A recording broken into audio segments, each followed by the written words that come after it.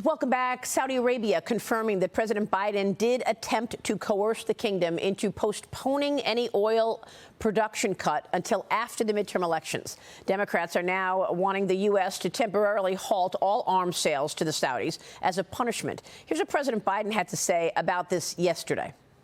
Blumenthal and Khanna right now, they're calling for a stopping of U.S. arms sales to Saudi Arabia.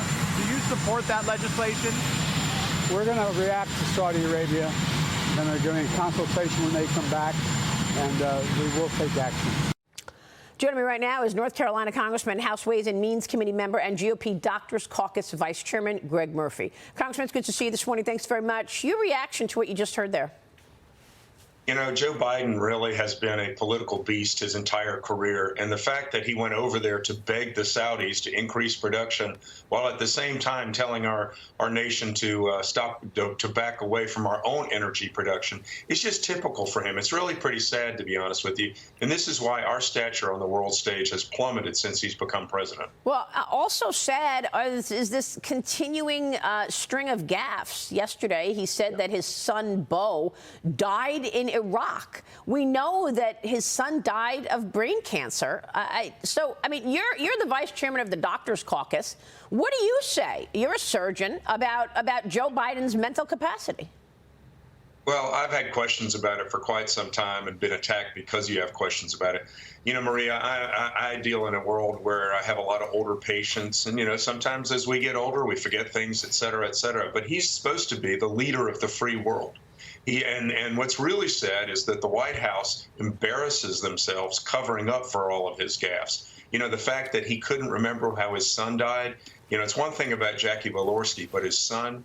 And sadly enough, this is who we have as president. And my God, look at who's number two. We're just not thought of very highly on the world stage. Well, I mean, that's it. And the fact is that's when this stuff becomes national security risks.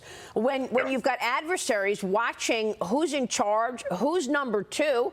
I mean, she seems incredibly unprepared. Kamala Harris does, but she's number two. Do you think Joe Biden will finish this term? Will she have to step in? No, I think he finishes the term. They've been, you know, the White House and the press, for that matter, have been propping him up the entire time. You know, and things really, I will tell you, Maria, during his presidency, now we have the lowest amount in our strategic oil reserve since 1984. Again, his presidency's been a shell game.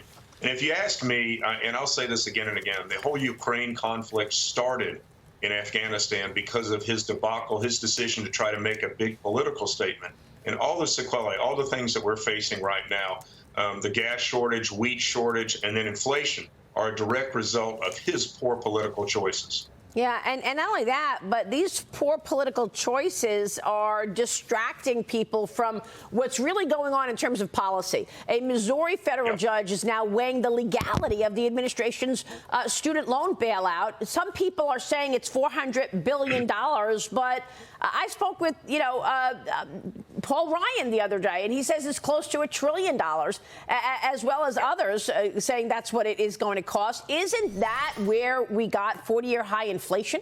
All of this spending, the 6 states challenging this plan now squared off with the turnings for the Biden administration yesterday, Congressman. Where is this going? It is just one of several lawsuits the White House is facing on the student loan handout. Well, this is an unconstitutional order. And again, if you look at why he's doing the things that he's doing, the national health the national emergency and the public health emergency, both started by President Trump appropriately, now have been continued by the Biden administration to give him essentially unchecked powers. This stuff should have ended 10 months ago, but he keeps on using this as a ruse and as a way to actually have dictatorial powers. I think it gets thrown out. And if you look at what the IMF has said about spending, it's telling nations not to spend. But what are we doing? We're doing just the opposite, frivolous and reckless spending to worsen inflation. Congressman Todd Pyro here. If I could jump in, there were concerns expressed by some on the right, including Ted Cruz, that those trying to stop the student loan handout were going to run into standing issues. Are you confident that those standing issues have been resolved and that those trying to stop this are going to succeed?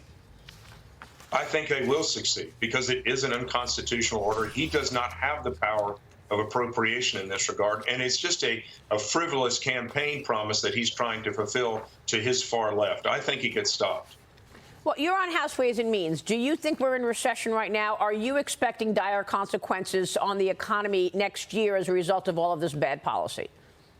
You know, Maria, it's kind of funny because this administration loves to redefine terms. Yes, we're in a recession. We have had negative growth for 2 consecutive quarters. We're going to see it for a third. Yes, if you look at Main Street America, now you look, gas prices are going back up, food has gone up, and actually our food producers, our folks that are serving and restaurants are actually decreasing now portions just so that the prices don't go through the roof.